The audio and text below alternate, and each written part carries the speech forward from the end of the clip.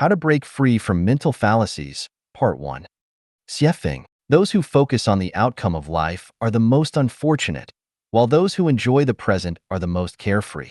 Many people tend to weigh the pros and cons, look ahead, and consider all the possible obstacles and difficulties before making plans or decisions. I want to say that this is a mental fallacy and a mindset that leads to a pessimistic life.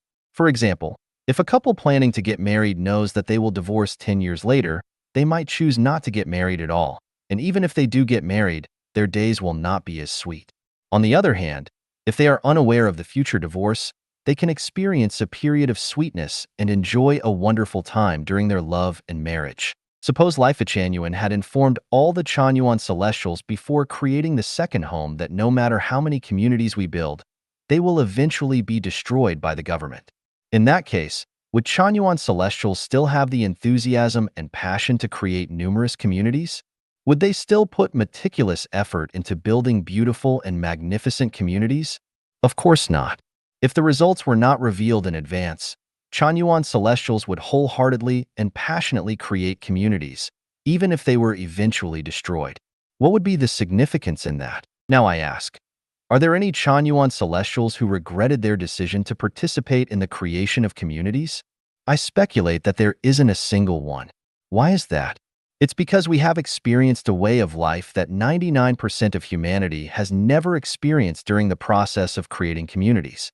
Through first-hand experience, we have come to know the existence of the 1,000-year world, and from there, we can deduce the existence of the 10,000-year world and the Elysium Celestial Islands continent. At the same time, we have experienced true happiness, joy, freedom, and bliss. As a result, our vision has expanded, our mindset has grown, our state of being has elevated, and our understanding of the current state of human society has deepened.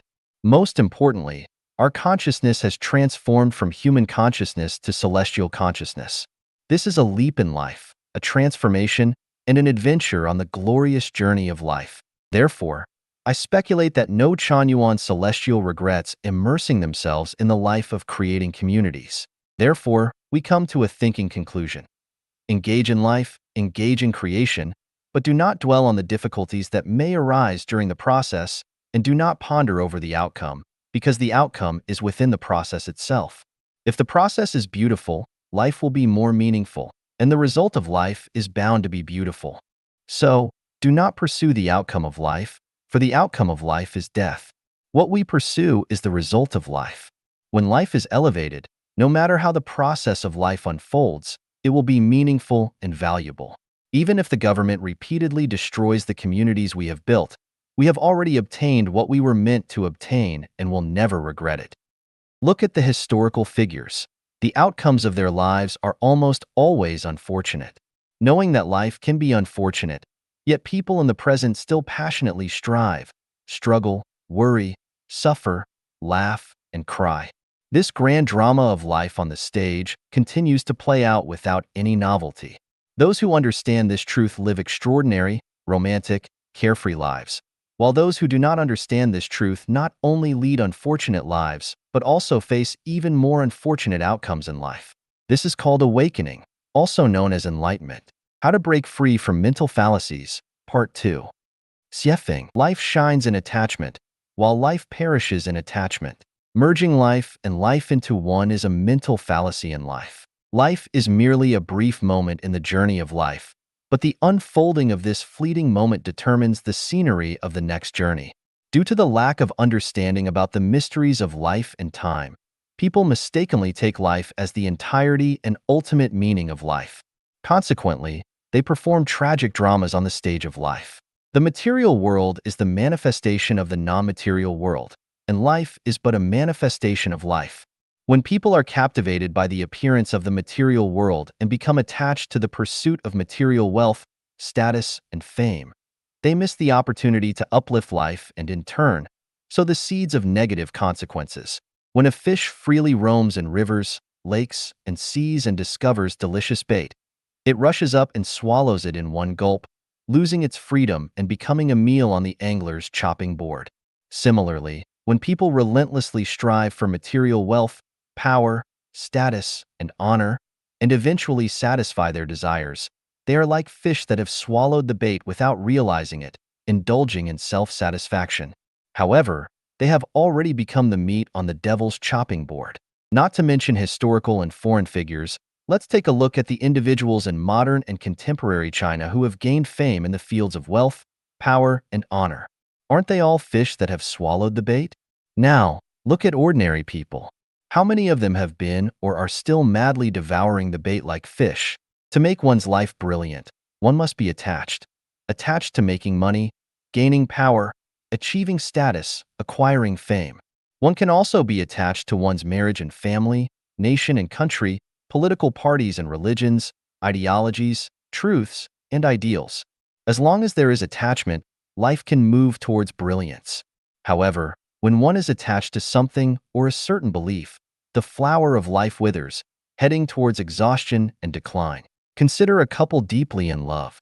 When they cannot bear to be apart, feeling like the world would collapse without each other, and believing that life has no meaning without their partner. He wants only to marry her, and she wants only to marry him. This is called attachment. This kind of attachment brings about a deeply romantic and sweet period in their lives, reaching the pinnacle of a passionate love affair. However, as time passes and the erosion of daily life begins, they gradually realize that their attachment has become a binding rope. The longer this feeling persists, the stronger it becomes. Because of excessive attachment, they neglect all the other scenery along the way. By the time they grow old, they realize that they have missed countless opportunities to appreciate breathtaking scenery. Beneath their smiling faces lies a sense of helplessness and endless lamentation. An old man descending from a mountain tells young people who are excitedly climbing up, "There is nothing worth seeing at the mountaintop. The view is even better down below." Of course, the young people do not believe him and think, "This old man just doesn't know how to appreciate the scenery."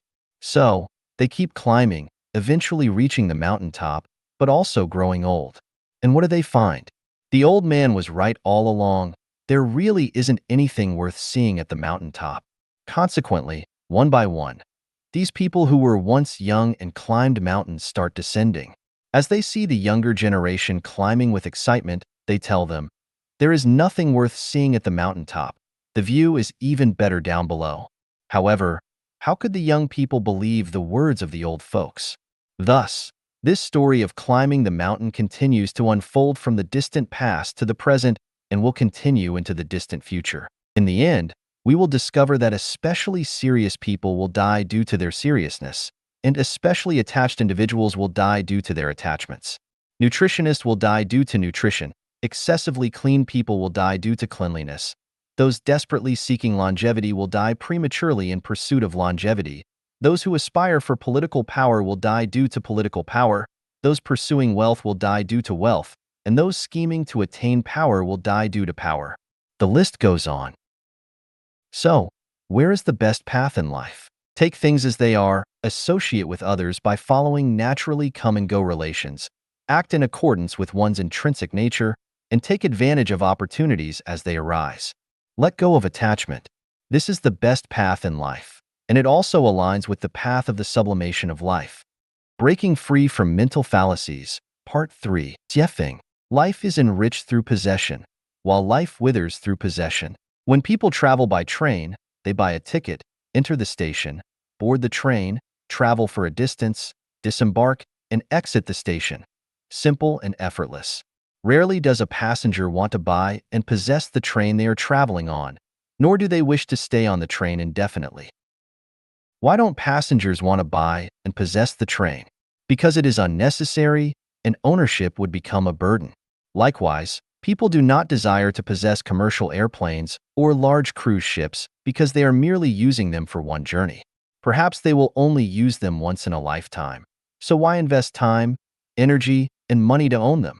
However, the fallacy lies in the fact that despite knowing we are merely traveling through this earthly realm for a short period, where everything on earth is not worth possessing, and even if possessed, it will eventually have to be relinquished, why have humans tirelessly racked their brains over what to possess? Why are they even willing to pay the price of their own and others' lives to possess illusory dreams along their journeys? Let's assume we have 1 million in cash.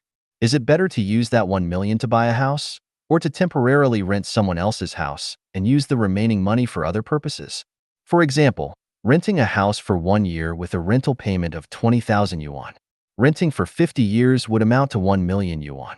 From the perspective of life, buying seems better, providing a sense of security and becoming capital to flaunt to others. However, from the perspective of life's meaning, renting is, of course, better because by paying 20,000 yuan annually, one would still have plenty of money left to invest in other fields. This investment may generate more wealth, not only enough to pay the annual rent of 20,000 yuan, but also leave a surplus. In other words, after 50 years, one would still have 1 million yuan in hand, while buying the house outright would leave one penniless. Some may argue that buying a house preserves its value, while money in hand may depreciate due to inflation. However, this is also a fallacy. Houses depreciate every year and may even collapse, while money in hand has the possibility of both depreciating and appreciating. Therefore, we do not analyze or speculate on these contingent factors. What we are analyzing now is whether a possession is worthwhile. The mistaken belief of striving to possess something is a human fallacy, also the root cause preventing humans from living a heavenly life. People feel secure when they possess something. It satisfies not only their practical needs, but also their psychological desires. Consequently, the goal of their entire lives becomes to possess more: land, houses, cars, status, wealth, honor. Moreover, they desire to possess people, such as in a marital relationship, where each claims ownership of the other. This is my man. This is my woman. This is my child, and so on. If you were to ask someone, "What do you possess?" and they answer, "I have a villa and a luxury car. I own a company and a business. I have 200 acres of land. I have 30 cows. I have an iPhone," people would look at them with envy, respect, and even admiration. However, if the answer is, "I have nothing," people would look at them with disdain, contempt, and even scorn. When the mistaken view of life, and values becomes a general principle for the masses, mistakes turn into correctness, fallacies turn into truth, and heaven turns into hell. When a person dedicates their lifetime and energy to possessing more and more things, they lose the qualifications to appreciate the artistic charm of life and obtain a ticket to heaven. Heaven is heaven precisely because every life possesses nothing. It is a state of having nothing. Paradoxically, it is because every life possesses nothing that it achieves the result of possessing everything. When we possess something, we feel secure, and the more we possess, the more fulfilled our lives become. Our vanity attains maximum satisfaction. However, precisely because of our possessions, we are alienated from heaven, and this is the withering of life.